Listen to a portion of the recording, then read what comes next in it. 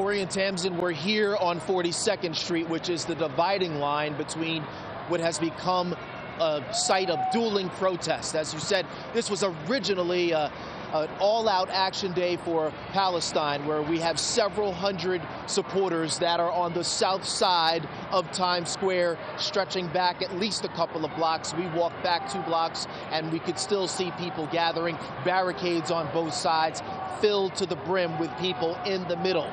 Across the street, we have a counter demonstration that has formed pro-Israeli. We made sure to talk to people on both sides. We made sure that we were going to show you sound bites that were of equal time, asking open-ended questions, such as what do you want to happen from here and what does it mean for you to be out here this evening? Take a listen. It is a core problem that everybody's ignoring. You cannot treat it by putting a Band-Aid on it or pretending that history just started because of an incident, that many don't agree with.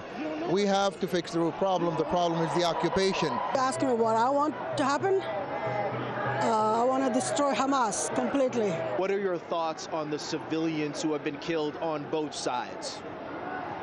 I don't care about the other side. I care only about the Israelis.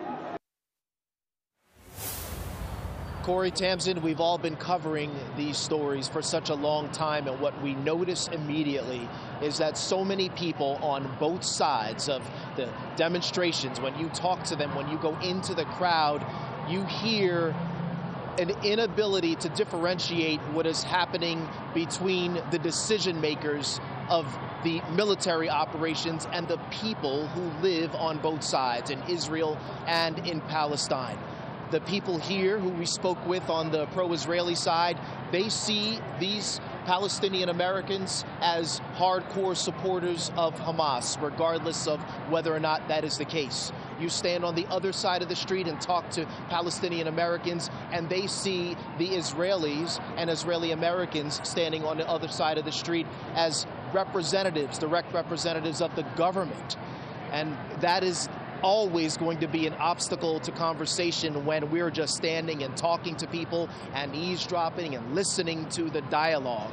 We've been out here for a couple of hours. So far, things have been peaceful. The NYPD making sure to keep the subway entrances clear as people keep moving, because we can't forget, this is Times Square, the crossroads of the world. Tourists getting a real show about what New York City can look like on any given day. We'll be out here at 6 o'clock for now, live in Times Square. Jay Dow, Pix 11 News.